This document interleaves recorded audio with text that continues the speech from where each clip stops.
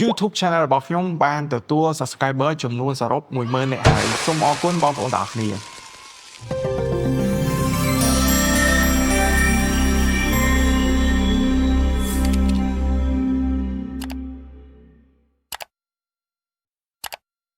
ាជំរាបសួរបងប្អូនទាំងអស់គ្នាសម្រាប់អ្នកដែលមិនដែលស្គាល់ Channel របស់ខ្ញុំបាទឈ្មោះប៊ុនបងជាវិជ្ជាបណ្ឌិតឯកទេសផ្នែកខាងជំនាញតំណងផ្អែមនិងក្រពេញហើយគោលដៅនៃការធ្វើវីដេអូថ្ងៃនេះគឺគ្រាន់តែជាការអរគុណដល់បងប្អូនទាំងអស់គ្នាដែលតែងតែបានចូលរួម comment like subscribe ទៅលើ Channel របស់ខ្ញុំក៏ដូចជាការពិភាក្សាបន្តិចបន្តួចពីបទពិសោធន៍ការងាររបស់ខ្ញុំនៅប្រទេសកម្ពុជាដែលខ្ញុំទើបតែចាប់ផ្ដើមធ្វើការបើយើងគិតមកដល់ឥឡូវប្រហែលជាកន្លះឆ្នាំក៏ដូចជាចក្ខុវិស័យរបស់ខ្ញុំទៅមុខសម្រាប់ YouTube Channel មួយនេះនិងជាកិច្ចបញ្ចប់គឺខ្ញុំនឹងព្យាយាមឆ្លើយទៅលើ comment មួយចំនួនរបស់បងប្អូនគ្នាបានដាក់ទៅលើវីដេអូចាស់ៗរបស់ខ្ញុំអូខេអញ្ចឹងជាកិច្ចចាប់ផ្ដើមគឺខ្ញុំសូមចំណាយពេលអរគុណបងប្អូនគ្នាខ្លាំងមែនទែនសម្រាប់ការជួយចុច like ជួយ comment subscribe share ទៅលើវីដេអូរបស់ខ្ញុំពីព្រោះមែនទែនទៅខ្ញុំមិនមានការរំពឹងទុកខ្ពស់អីពីការផលិតវីដេអូនេះទេពីព្រោះទី1គឺខ្ញុំអត់មានធ្វើទៅលើ platform ច្រើនទេខ្ញុំអត់មានធ្វើនៅក្នុង Facebook ឬមួយក៏ TikTok អីទេហើយគោលដៅរបស់ខ្ញុំគឺខ្ញុំគ្រាន់តែធ្វើវីដេអូហ្នឹងសម្រាប់អ្នកដែលគាត់ទីមួយមានបញ្ហាជំងឺទឹកនោមផ្អែមឬមួយក៏មានបងប្អូនដែលគាត់មានជំងឺទឹកនោមផ្អែម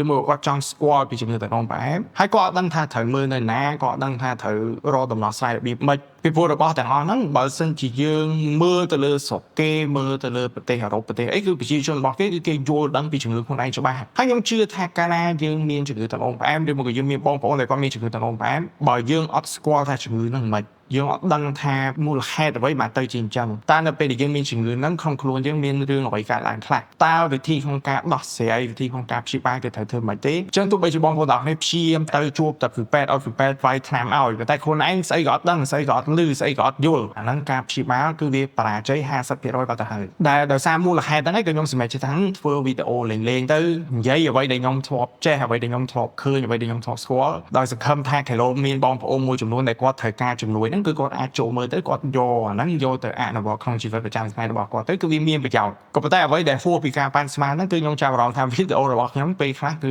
បងប្អូនទាំងអស់គ្នាមានការគ្រប់គ្រងខ្ពស់បងប្អូនទាំងអស់គ្នាចូលចិត្តមែនតើហើយអ្វីដែលលើសពីការរំពឹងទុកខ្លាំងជាងហ្នឹងទៀតនោះគឺនៅពេលដែលខ្ញុំចាប់ផ្ដើមចូលធ្វើការបម្រើសេវាកម្មដល់បងប្អូនជនរួមជាតិយើងទាំងអស់គ្នាទៅបងប្អូនខ្លះគាត់ចាំខ្ញុំគាត់ស្គាល់ខ្ញុំតាម YouTube ចឹងទៅគាត់សប្បាយតែគាត់ថាគាត់ធ្លាប់តែឃើញខ្ញុំផុសវីដេអូនៅស្រុកតារាឥឡូវបានមកជួបខ្ញុំនៅស្រុកខ្មែរបានពិភាក្សាគ្នាបាននិយាយលេងមួយគ្នាតិចតួចទៅគាត់សប្បាយចិត្តហើយខ្ញុំនេះក៏មានអារម្មណ៍ថារំភើបដែរដោយសារខ្ញុំគិតថារបស់ហ្នឹងខ្ញុំគ្រាន់តែធ្វើលេងៗទេប៉ុន្តែបងប្អូនទាំងអស់គ្នាស្គាល់ខ្ញុំមែនតើអញ្ចឹងម្ដងហើយម្ដងទៀតខ្ញុំមានតែពាក្យអរគុណមែនតើសម្រាប់ការគ្រប់គ្រងទាំងអស់ហើយខ្ញុំសង្ឃឹមថាបងប្អូនទាំងអស់គ្នាយកអ្វីដែលខ្ញុំបាននិយាយអ្វីដែលខ្ញុំបានបង្រៀនបងប្អូនទាំងអស់គ្នាយកទៅប្រើប្រាស់ជាប្រយោជន៍ផ្ទាល់ខ្លួនហើយបងប្អូនទាំងអស់គ្នាមុនសម្រាប់ចិត្តធ្វើអ្វីទោះបីជាខ្ញុំជាវិជ្ជាបណ្ឌិតឯកទេសទោះបីជាអ្វីដែលខ្ញុំនិយាយហ្នឹងគឺពឹងផ្អែកទៅលើបទពិសោធន៍ទៅលើមេរៀនជាច្រើនដែលខ្ញុំបានធ្វើការដែលខ្ញុំបានរៀនសូត្រហ្នឹងក៏មិនកំណត់ថា 100% យកទៅអនុវត្តនៅក្នុងជីវិតបងប្អូនទាំងអស់គ្នាត្រូវទាំងអស់គ្នាទេឧទាហរណ៍ថាខ្ញុំលើកទឹកចិត្តឲ្យបងប្អូនទាំងអស់គ្នាមានការសម្រកទៅលើទម្ងន់ក៏ប៉ុន្តែអ្នកជំងឺទឹកនោមផ្អែមខ្លះគាត់ស្គមស្រាប់អញ្ចឹងគាត់ទៅប្រឹងបសក់គីឡូលើសហ្នឹងទៀតវាអាចប៉ះពាល់ដល់សុខភាពដែរអញ្ចឹងព្យាយាមយកយោបល់របស់ខ្ញុំយកទៅគូសផ្សំជាមួយនឹងសភាពជាក់ស្ដែងរបស់បងប្អូនទាំងអស់គ្នាយកទៅពិភាក្សាជាមួយនឹងអ្នកជំនាញដែលគាត់តាមដានសុខភាពបងប្អូនទាំងអស់គ្នាបូកចូលគ្នាទាំងអស់ហើយថ្លឹងថ្លែងទៅនេះពិចារណាសិនចាំសម្រាប់ចិត្តធ្វើអ្វីមួយដែលល្អសម្រាប់បងប្អូនទាំងអស់គ្នាមិនឲ្យតែខ្ញុំនិយាយ10ត្រូវតែធ្វើទាំង10នោះទេហើយទី2បងប្អូនទាំងអស់គ្នាមិនគួរយកវីដេអូរបស់ខ្ញុំហ្នឹងយកទៅគិតច្រើនពេកទេពីព្រោះបងប្អូនខ្លះគាត់មានឈឺអីទេសុខភាពគាត់ល្អសុខសប្បាយសោះតែដល់ពេលគាត់មើលវីដេអូនេះមើលវីដេអូនោះអ្នកនេះនិយាយចេះអ្នកនេះនិយាយចុះយើងទៅជាមានអារម្មណ៍ភ័យទៅជាមានការបារម្ភខ្ពស់ជ្រុលអាហ្នឹងក៏មិនល្អដែរអូខេចំណុចបន្ទាប់តេតូនជាមួយនឹងអនាគតរបស់ YouTube Channel របស់ខ្ញុំជាក់ស្ដែងបើសិនជាបងប្អូនទាំងគ្នាធ្លាប់ស្គាល់ Channel របស់ខ្ញុំបងប្អូនទាំងគ្នាប្រហែលជាចាប់អារម្មណ៍ហើយកាលមុននេះគឺខ្ញុំផុសច្រើនក៏ប៉ុន្តែឥឡូវគឺខ្ញុំចាប់តាមបន្ថយដួលខ្លាំងមែនតើគឺពី3ខែខ្ញុំតបានផុសនៅវីដេអូផងតែពិតមែនតើមិនមែនខ្ញុំអត់មានពេលវេលាសម្រាប់ផុសទេក៏ប៉ុន្តែខ្ញុំមានអារម្មណ៍ថាវីដេអូដែលខ្ញុំបានធ្លាប់និយាយជាច្រើនពីមុនមកហ្នឹងគឺបានគ្របដណ្ដប់ទៅលើចំណុចសំខាន់ជាច្រើនទាក់ទងជាមួយនឹងជំងឺទឹកនោមផ្អែមគ្រប់គ្រាន់ហើយអញ្ចឹងបើសិនជាបងប្អូនទាំងគ្នាមានសំណួរអីល្មមគឺបងប្អូនទាំងគ្នាឆែកនៅក្នុង content របស់ខ្ញុំប្រកបជាបានចម្លើយទេហើយមូលហេតុទី2ដែលខ្ញុំចាប់ផ្ដើមបន្ថយ level ហ្នឹងគឺដោយសារចំនួននោះខ្ញុំធ្វើការនៅបារាំងអញ្ចឹងទៅខ្ញុំមានអារម្មណ៍ថាខ្ញុំចង់ជួយបងប្អូនជនរួមជាតិរបស់យើងខ្ញុំមិនដឹងជួយមិន ព្រោះជំងឺមើលគឺមើលតែជនជាតិបារាំងទេបងប្អូននៅខ្មែរខ្ញុំអត់បានជួបខ្ញុំអត់បានជួយខ្ញុំអត់បានមើលថែទេក៏ប៉ុន្តែឥឡូវខុសពីមុនពីព្រោះខ្ញុំឥឡូវចាប់ផ្ដើមពិគ្រោះជាមួយនឹងបងប្អូនជំនាន់ជាតិយើងអញ្ចឹងខ្ញុំចាប់ផ្ដើមមានឱកាសជួយបងប្អូនផ្ទាល់ហើយខ្ញុំចាប់ផ្ដើមសប្បាយចិត្តនឹងការធ្វើការងារហ្នឹងជាងការធ្វើវីដេអូពីព្រោះមានអារម្មណ៍ថានៅពេលដែលខ្ញុំបានជួបបងប្អូនទាំងគ្នាបានព្យាបាលបងប្អូនទាំងគ្នាផ្ទាល់បានដោះស្រាយបញ្ហាជួបបងប្អូនទាំងគ្នាគឺធ្វើឲ្យខ្ញុំមានអារម្មណ៍សប្បាយចិត្តខ្លាំងជាងមុនទៀតដល់ពេលអញ្ចឹងទៅគឺខ្ញុំចាប់ផ្ដើមចំណាយពេលដោតធ្វើម៉េចឲ្យខ្លួនឯងកាន់តែមានសមត្ថភាពល្អជាងមុនខ្លាំងជាងមុនដើម្បីផ្ដល់ជាសេវាកម្មឲ្យកាន់តែល្អជូនបងប្អូនទាំងគ្នាដល់អញ្ចឹងទៅខ្ញុំក៏សម្រេចចិត្តថាអូខេអញ្ចឹងដោយសារវីដេអូ YouTube ក៏ខ្ញុំបានធ្វើច្រើនដែរហើយខ្ញុំក៏ចាប់ផ្ដើមទៅថយល្បឿនទៅក៏ប៉ុន្តែជានិច្ចការខ្ញុំនឹងព្យាយាមធ្វើវីដេអូម្ដងការដើម្បីនិយាយលេងជាមួយបងប្អូនទាំងគ្នាឬមួយក៏ពេលខ្លះអាចព្យាយាមឆ្លើយទៅលើសំណួរដែលបងប្អូនទាំងគ្នាមានពីព្រោះខ្ញុំជឿថាបើសិនជាបងប្អូនទាំងគ្នាមានចម្ងល់មួយទៅលើបញ្ហាមួយហ្នឹងមិនមែនមានតែម្នាក់ឯងដែលឆ្ងល់ហើយមានគ្នាច្រើនណាស់ក៏ឆ្ងល់ដូចតែគ្នាអញ្ចឹងពេលណាខ្ញុំមានពេលខ្ញុំអាចព្យាយាមធ្វើ Q&A ការ respond ទៅលើ comment របស់បងប្អូនទាំងគ្នាដែលដាក់នៅក្នុងវីដេអូរបស់ខ្ញុំទៅហើយបងប្អូនទាំងគ្នាអាចចូលស្ដាប់លេងបានអូខេអញ្ចឹងឥឡូវមកដល់ផ្នែកទី3តាក់ទងជាមួយនឹងការឆ្លើយតបទៅលើ comment អញ្ចឹងខ្ញុំជ្រើសរើសយកប្រហែលជា4ទៅ5 comment តែប៉ុណ្ណោះដែលមានការជាប់ពាក់ព័ន្ធជាមួយនឹងរឿងចាស់ៗដែលយើងធ្លាប់ពិភាក្សាប៉ុន្តែនៅតែមានបងប្អូនដែលគាត់សួរអញ្ចឹងខ្ញុំព្យាយាមឆ្លើយទៅដើម្បីជាសារដាស់តឿនជួយដល់បងប្អូនផ្សេងៗដែលគាត់មានចំណាប់អារម្មណ៍ឬមួយក៏មានចម្ងល់ស្តៀងទៅនឹងបងប្អូនដែលគាត់បាន comment ដែរអូខេអញ្ចឹងសំណួរទី1គាត់សួរថាជំរាបសួរលោកគ្រូខ្ញុំបងឈាមនៅមន្ទីរពេទ្យឃើញ120ក្រោយអាហារពេលថ្ងៃ1ម៉ោងតើមានជំងឺទឹកនោមផ្អែមដែរឬទេអូខេអញ្ចឹងជំងឺទឹកនោមផ្អែមបងប្អូនទាំងគ្នាប្រហែលជាធ្លាប់ដឹងហើយជាការរំលឹកជំងឺទឹកនោមផ្អែមគឺជាការកើនឡើងជាស្ករនៅក្នុងឈាមជាលក្ខណៈរ៉ាំរ៉ៃនេះថាបើសិនជាឡើងតែម្ដងឡើងតែមួយពេលគេមិនហៅជំងឺទឹកនោមផ្អែមទេជំងឺទឹកនោមផ្អែមគឺលុះត្រាតែការកើនឡើងជាស្ករហ្នឹងគឺឡើងនៅក្នុងឈាមជាលក្ខណៈរ៉ាំរ៉ៃជាទូទៅសម្រាប់មនុស្សធម្មតាស្ករដែលយើងបូមនៅមន្ទីរពេទ្យហ្នឹងគឺពេលផឹកឡើងមុនអាហារគឺរត់ពីចន្លោះ70ទៅ99កាលណាយើងបូមពេលផឹកមុនបាយចន្លោះពី100ទៅ125អាហ្នឹងគេហៅថាត្រៀមទឹកនោមផ្អែមហើយបើសិនជាធំជាងឬក៏ស្មើ126គេហៅថានៅក្នុងកម្រិតទឹកនោមផ្អែមហើយក៏ដូចគ្នានេះផងដែរបើសិនជាយើងឆែកមើលស្ករក្រោយបាយជាទូទៅគេណែនាំថាឲ្យមើល2ម៉ោងក្រោយបាយជាទូទៅគឺសម្រាប់មនុស្សធម្មតាគឺស្កររបស់គាត់គឺនៅចន្លោះពី100ទៅ130ទេអញ្ចឹងជាទូទៅបើតូចជាង140គឺយើងចាត់ទុកថាធម្មតា2ម៉ោងក្រោយបាយហើយបើសិនជា140ទៅ199យើងហៅថាត្រៀមទឹកនោមផ្អែមហើយធំជាងឬមួយក៏ស្មើ200យើងហៅថាជំងឺហ្នឹងក៏មានជំងឺទឹកនោមផ្អែមអញ្ចឹងជាចម្លើយសម្រាប់បងបើសិនជាបងជួសស្ករតែ1ម៉ោងក្រោយបាយហើយនៅក្នុងកម្រិត120ទៀតមានន័យថាស្កររបស់បងគឺល្អអត់មានអ្វីដែលខុសប្រក្រតីទេក៏ប៉ុន្តែសម្រាប់បងប្អូនផ្សេងដែលគាត់ទៅក្នុងកម្រិតមួយដែលមិនសូវល្អក្នុងករណីខ្លះគឺពេទ្យអាចស្នើសុំ HbA1c ជូនបងប្អូនទាំងគ្នាទៀតពីព្រោះ HbA1c គឺជាមធ្យមភាពនៃជាតិស្ករនៅក្នុងឈាមក្នុងរយៈពេល3ខែចុងក្រោយអញ្ចឹងទោះបីជាបងប្អូនទាំងគ្នាពេលដែលហូបចំណីអាហារមួយរយៈពេលមួយអាទិត្យចុងក្រោយនេះបងប្អូនទាំងគ្នាដាក់ស្វាយកែវចិនច្រើនពេកឬក៏ទុរេនច្រើនពេកអីក៏มันអាចកែប្រែទៅលើលទ្ធផល HbA1c បានច្រើនដែរពីព្រោះវាជាមធ្យមភាពនៃជាស្ករក្នុងរយៈពេល3ខែចុងក្រោយហើយការ HbA1c របស់បងប្អូនទាំងគ្នាធំជាងឬក៏ស្មើ 6.5% មានន័យថាបងប្អូនទាំងគ្នាមានជំងឺទឹកនោមផ្អែមបើសិនជាវានៅចន្លោះ 5.7 ទៅ 6.4 អាហ្នឹងគឺត្រៀមហើយបើសិនជាតូចជាង 5.7 គឺបងប្អូនទាំងគ្នាមិនមានបញ្ហាអ្វីទេក៏ប៉ុន្តែនៅក្នុងការអនុវត្តរបស់ខ្ញុំបងប្អូនទាំងគ្នាត្រូវប្រុងប្រយ័ត្នតែពីព្រោះលទ្ធផល HbA1c ពេលខ្លះវាអាចខុសដែរអញ្ចឹងព្យាយាមពិភាក្សាជាមួយនឹងវិទ្យាបណ្ឌិតឲ្យបានត្រឹមត្រូវទៅក្នុងកា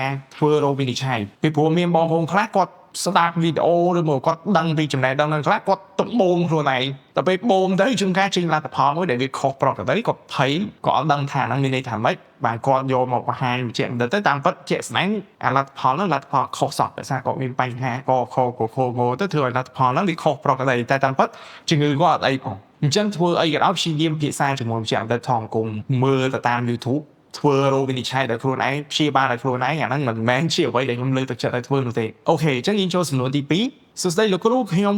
មានជំងឺទឹកនោមផ្អែមតើគួរហូបទៅដោះគោឆៅបានដែរឬទេសូមអរគុណអូខេអញ្ចឹងបើសិនជាបងប្អូនទាំងគ្នាមានជំងឺទឹកនោមផ្អែមទៅដោះគោឆៅគឺបងប្អូនទាំងគ្នាអាចហូបបានហើយមែនតើទៅការណែនាំគឺគេលើកទឹកចិត្តឲ្យយើងហូបជាប្រចាំទេមួយថ្ងៃឲ្យបានមួយកែវឬមួយក៏មួយកូនកំប៉ុងចឹងទៅក៏ប៉ុន្តែបងប្អូនទាំងនេះត្រូវចេះជ្រើសរើសទឹកដោះគោណាដែលល្អសម្រាប់បងប្អូនទាំងនេះមិនមែនទៅផឹកទឹកដោះគោខាប់ដែលមានកំហាប់ជាតិស្ករខ្ពស់នោះទេមានន័យថាយើងជ្រើសរើសយកទឹកដោះគោណាដែលមិនសូវសម្បូរជាតិខ្លាញ់ហើយយើងផឹក មួយថ្ងៃឲ្យបានមួយកែវមួយមកកំប៉ុងចឹងទៅពីព្រោះវាគឺជាប្រភពនៃសារធាតុចិញ្ចឹមជាច្រើនដូចជាកាល់ស្យូមដែលអាចជួយឲ្យសុខភាពរបស់បងប្អូនទាំងនេះមានភាពរឹងមាំជាងមុនដែរក៏ប៉ុន្តែក៏មិនមែនមានន័យថាបងប្អូនទាំងនេះត្រូវផឹកឲ្យលើសចំនួនដែរលេងដាក់មួយថ្ងៃ1លីត្រអីហ្នឹងក៏វាច្រើនចូលដែរអញ្ចឹងយើងព្យាយាមធ្វើអីឲ្យល្មមឲ្យសមរម្យគឺវាល្អហើយវាសុវត្ថិភាពសម្រាប់សុខភាពបងប្អូនទាំងនេះអូខេអញ្ចឹងចូលសំណួរទី3តើអាហារប្រភេទណាគួរញ៉ាំនៅពេលណាម៉ោងប៉ុន្មានហើយគួរញ៉ាំរបៀបណាដែរលោកគ្រូអញ្ចឹងតកតងជាមួយនឹងរបបចំណីអាហារខ្ញុំបាននិយាយច្រើនក៏ប៉ុន្តែរបៀបដែលខ្ញុំបញ្យល់ឲ្យងាយស្រួលសម្រាប់បងប្អូនទាំងអស់គ្នាឲ្យយល់គឺមែនតើគឺយើងត្រូវស្គាល់អ្វីដែលយើងត្រូវគិតវេះអ្វីដែលយើងត្រូវញ៉ាំឲ្យបានច្រើនអ្វីដែលយើងត្រូវគិតវេះគឺជាចំណីអាហារណាដែលមានសន្ទុះជាតិស្ករខ្ពស់ឧទាហរណ៍ផ្លែឈើដែលមានសន្ទុះជាតិស្ករខ្ពស់ដូចជាទុរេនដូចជាផ្លែមៀនទឹកអំពៅដែលវាជាស្ករខាប់បងប្អូនទាំងអស់គ្នាគ្រាន់ផឹកទៅដឹងផ្អែមភ្លាមមកឬមួយក៏ភេសជ្ជៈបើកម្លាំងភេសជ្ជៈសូដាដែលមានរសជាតិផ្អែមដាក់ភ្លាមផ្អែមភ្លាមពេញមាត់ហ្នឹងអានេះគឺសតេមិនល្អសម្រាប់សុខភាពបងប្អូនទាំងអស់គ្នាទេចំណីអាហារណាដែលប្រើខ្លាញ់ច្រើនដូចជាការបំពងការជៀនបោះ fast food អី burger pizza spaghetti ហ្នឹងគឺមិនសូវល្អសម្រាប់បងប្អូនទាំងអស់គ្នាមិនមែនមានន័យថាយើងមិនមានសិទ្ធិញ៉ាំទេប៉ុន្តែគឺយើងត្រូវព្យាយាមញ៉ាំវាតិចបំផុតតែអាចធ្វើទៅបានរីឯចំណីអាហារណាដែលយើងត្រូវញ៉ាំឲ្យបានច្រើនគឺជាចំណីអាហារណាដែលមានសន្ទុះជាតិស្ករទាបដូចជាបន្លែដូចជាផ្លែឈើក៏ដូចជាប្រភពប្រូតេអ៊ីនល្អៗដែលបានមកពីសាច់ត្រីបានមកពីសាច់មាន់សាច់គោគ្រាប់ធញ្ញជាតិឡាក់ចំពោះពេលវេលាក្នុងការញ៉ាំវាមិនខុសគ្នាប៉ុន្មានទេក៏ប៉ុន្តែមួយរយៈចុងក្រោយនេះគេមានការលើកទឹកចិត្តឲ្យយើងព្យាយាមញ៉ាំចំណីអាហារណាដែលមានសន្ទុះជាតិស្ករទាបហើយមាន fiber ច្រើនទៅមុនទីហោដូចជាការញ៉ាំបន្លែជាពិសេសជាទម្រង់របស់អាហារ Mediterranean ដែលភាគច្រើននៅប៉ែកខាងអឺរ៉ុបអីចឹងគេមុនញ៉ាំចំណីអាហារគេចាប់ផ្ដើមដោយសាឡាដអីសិនអញ្ចឹងនៅពេលដែលយើងញ៉ាំសាឡាដយើងមានបន្លែមានអីទៅមុនវាមានសម្បូរជាតិ fiber អញ្ចឹងដល់ពេលសម្បូរជាតិ fiber នៅពេលដែលយើងញ៉ាំបន្លែទៅមុនហើយបន្តមកបានយើងញ៉ាំចំណីអាហារណាដែលសន្ទុះជាតិស្កររៀងខ្ពស់បន្តិចក៏វាជួយទាញអាសន្ទុះជាតិស្ករហ្នឹងឲ្យមកមធ្យមវិញឧទាហរណ៍បងប្អូនទាំងនេះចាប់ផ្ដើមដោយសាឡាដអីហើយបន្តមកបងប្អូនទាំងនេះទៅញ៉ាំ pizza ម្ដុំអញ្ចឹងបើយើងបើកមុខមកយើងញ៉ាំ pizza យកហ្មងការស្រូបជាតិស្ករលឿនខ្លាំងតែបើយើងប៉ះញ៉ាំសាឡាដអីទុកទៅមុនទ្របកាពះយើងមុនអញ្ចឹងអាការស្រូបជាតិស្ករចេញពី pizza ហ្នឹងក៏វាអាចយឺតជាងការយើងញ៉ាំតែ pizza ទៅមុនហើយយើងញ៉ាំតែឯងដែរហើយទីពីរវាជួយឲ្យបងប្អូននេះឆាប់ឆ្អែតទៀតអញ្ចឹងការណែនាំថ្មីក្រោយមកគេលើកទឹកចិត្តថាអាចចាត់ផ្ដើមដោយការញ៉ាំបន្លែញ៉ាំផ្លែឈើណាដែលវាមានសន្ទុះជាតិស្ករទាបទៅមុនដើម្បីជួយឲ្យសុខភាពកាពះវាល្អផងទីពីរគឺដើម្បីជួយកុំឲ្យរាងកាយយើងស្រូបជាតិស្ករច្រើនពេកពីចំណីអាហារដែលមានសន្ទុះជាតិស្ករខ្ពស់រីឯពេលវេលាដែលត្រូវញ៉ាំគឺបងប្អូនទាំងនេះព្យាយាមញ៉ាំ3ពេលនៅក្នុងកម្រិតមួយដែលមធ្យមសមរម្យកុំច្រើនពេកអាហ្នឹងគឺល្អបំផុតតែលើកលែងតែបងប្អូនទាំងគ្នាណាដែលគាត់ចង់ធ្វើ fasting ដែលគាត់ពេលខ្លះអាចរំលងទៅលើចំណីអាហារពេលល្ងាចអីចឹងទៅអាហ្នឹងបងប្អូនទាំងគ្នាត្រូវសិក្សាឲ្យយល់ដែរថា fasting មានគុណសម្បត្តិអីខ្លះដែលខ្ញុំបាននិយាយជាច្រើននៅក្នុងវីដេអូចាស់របស់ខ្ញុំដូចហ្នឹងអូខេអញ្ចឹងយើងចូលសំណួរបន្តលោកគ្រូបើខ្ញុំលេប metformin ហើយខ្សោយតម្រងនោមគួរលេបវីតាមីនមួយណាដែរអញ្ចឹងបើតាមសំណួរនេះមានន័យថាបងមានជំងឺទឹកនោមផ្អែមហើយបងលេបថ្នាំ metformin ចឹងទៅបន្តមកបងទៅជួបជំងឺវិជ្ជាបណ្ឌិតគេថាបងមានជំងឺខ្សោយតម្រងនោមហើយអញ្ចឹងបងគួរលេបវីតាមីនអីដែរអញ្ចឹងដើម្បីអាចឆ្លើយសំណួរនេះបានខ្ញុំចង់ជ្រាបវាទៅជា2ផ្នែកសំខាន់ទី1បើសិនជាបងមានជំងឺទឹកនោមផ្អែមហើយបងចាប់ផ្ដើមមានបញ្ហាខ្សោយតម្រងនោមមានន័យថាការព្យាបាលជំងឺទឹកនោមផ្អែមរបស់បងគឺមិនបានដិតដល់ទេមានន័យថាតើ HbA1c របស់បងហ្នឹងគឺនៅក្នុងកម្រិតប៉ុណ្ណាតើមានជំងឺលើសសម្ពាធឈាមដែលបានព្យាបាលត្រឹមត្រូវដែរទេមានការព្យាបាលទៅលើការលើសជាតិខ្លាញ់ត្រឹមត្រូវដែរទេមានការបញ្ឈប់ទៅលើការជក់បរិយការផឹកស្រាដែរទេតើមានការហាត់ប្រាណទៀងទាត់ដែរទេមានការធ្វើរបបអាហារដែរទេតើមានទឹកនោមប្រៃនៅឬមួយក៏មានការជ្រាបទៅលើប្រូតេអ៊ីននៅក្នុងទឹកនោមដែរទេហើយបើសិនជាមានជ្រាបតើមានបានប្រើប្រាស់ថ្នាំណាដើម្បីជួយទប់ស្កាត់កុំឲ្យមានការវិវត្តនៃការខូចខាតទៅលើតម្រងនោមដែរទេពីព្រោះកត្តាទាំងអស់នោះហើយគឺជាកត្តាសំខាន់ដើម្បីជួយព្យាបាលទៅលើការខ្សោយតម្រងនោមនៅក្នុងករណីដែលបងប្អូនទាំងអស់គ្នាមានជំងឺទឹកនោមដែរហើ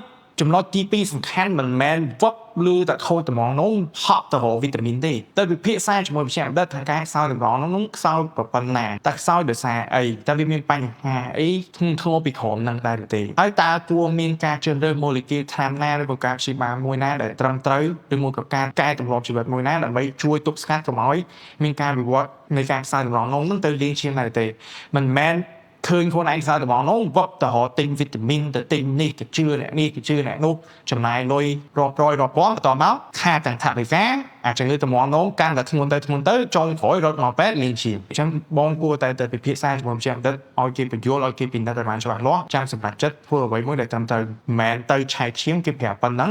ឆែកមើលតាម Facebook តាមអីទិញថ្នាំនេះទិញថ្នាំនោះមកខាតពេលវេលាខាតថវិកាចុងក្រោយធ្ងន់លើដើមអូខេអញ្ចឹងដល់សំណួរចុងក្រោយលោកគ្រូតើការទឹកងងផ្អែមអាចមានកូនបានដែរឬទេហើយមានផលប៉ះពាល់ដល់កូនទេសំណួរនេះគឺជាសំណួរសំខាន់មែនតើទី1បងប្អូនដែលគាត់មានជំងឺទឹកងងផ្អែមគឺគាត់អាចមានសិទ្ធិយកកូនបានអត់អីទេក៏ប៉ុន្តែបើសិនជាបងប្អូនទាំងគ្នាចង់មានកូនគឺបងប្អូនទាំងគ្នាត្រូវមានកូនដោយមានការត្រៀមទុកមុនមិនមែនមានកូនដោយចៃដន្យទេមានន័យថាបងប្អូនទាំងគ្នាត្រូវមកពិភាក្សាជាមួយចាមដិតថាលោកគ្រូខ្ញុំមានជំងឺទឹកនោមផ្អែមប្រព័ន្ធនេះឆ្នាំខ្ញុំមាន HbA1c ប្រព័ន្ធនេះខ្ញុំប្រើថ្នាំប្រព័ន្ធនេះហើយខ្ញុំចង់មានកូនហេតុអីពីព្រោះថ្នាំខ្លះក្នុងកំឡុងពេលមានផ្ទៃពោះយើងអត់មានសិទ្ធិប្រើអីអញ្ចឹងពេលខ្លះគឺយើងត្រូវដូរទៅជាការចាក់អាំងស៊ូលីន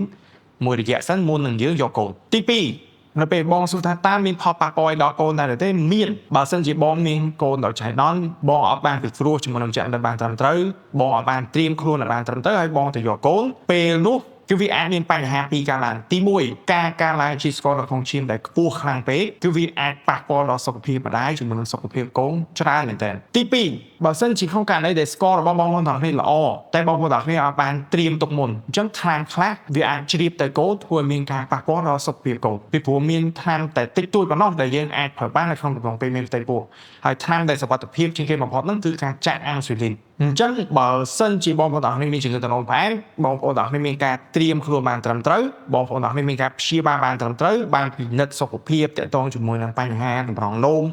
បញ្ហាបាតភ្នែកបញ្ហាបេះដូងបានដិតដល់ពេលដែលបងប្អូនទាំងគ្នាមានកូនគឺសុខសុវត្ថិភាពដូចជាដូចដែរក៏ប៉ុន្តែផ្ទុយទៅវិញបើសិនជាមានជំងឺទឹកនោមផ្អែមដែរតែអត់រវីរវល់ថ្នាំត្រូវប្រើនៅតែប្រើធម្មតាមានកូនអត់មានការណាត់ត្រឹមត្រូវអត់មានបានឆែកសុខភាពត្រឹមត្រូវពេលនោះគឺវានឹងមានការប៉ះពាល់ដល់សុខភាពម្ដាយនិងកូនខ្លាំងតែអញ្ចឹងត្រូវមានការប្រុងប្រយ័ត្នខ្ពស់ហើយត្រូវមានការពិភាក្សាជាមួយម្ចាស់ដិតឲ្យបានត្រឹមត្រូវអូខេអញ្ចឹងវីដេអូរបស់ខ្ញុំសូមចប់ត្រឹមតែនេះជាថ្មីម្ដងទៀតសូមអរគុណបងប្អូនទាំងអស់គ្នាសម្រាប់ការគាំទ្ររយៈពេលច្រើនខែច្រើនឆ្នាំមកនេះពីព្រោះបើគិតទៅខ្ញុំបង្កើតវីដេអូជាប់គ្នាបានរយៈពេល1ឆ្នាំជាង7ឆ្នាំដែរហើយក៏មានអនុស្សាវរីយ៍ជាច្រើនហើយនៅពេលខ្ញុំមើលវីដេអូចាស់របស់ខ្ញុំទៅក៏សប្បាយចិត្តដែរឃើញជំនាន់ខ្លួនឯងធ្វើការលេខប្រាំងរូបរាងមិនបានដើរលេងណាខ្លះអញ្ចឹងទៅជាអនុស្សាវរីយ៍ល្អហើយអរគុណបងប្អូនទាំងអស់គ្នាដែលនៅតែបន្តតាមចុច like ឬ subscribe ទោះបីជាខ្ញុំអត់ផុសវីដេអូថ្មីក៏នៅតែមានអ្នកចូលមើលអ្នកចូល comment អូខេអញ្ចឹងវីដេអូរបស់ខ្ញុំសូមចប់ត្រឹមតែនេះបើសិនជាបងប្អូនទាំងនេះមាន comment អ្វីបន្ថែមចង់ comment បងប្អូនទាំងនេះអាច comment ខាងក្រោមបាននៅពេលដែលខ្ញុំមានពេលខ្ញុំនឹងព្យាយាមឆ្លើយដាក់វីដេអូថ្មីមួយទៀតជម្រាបលា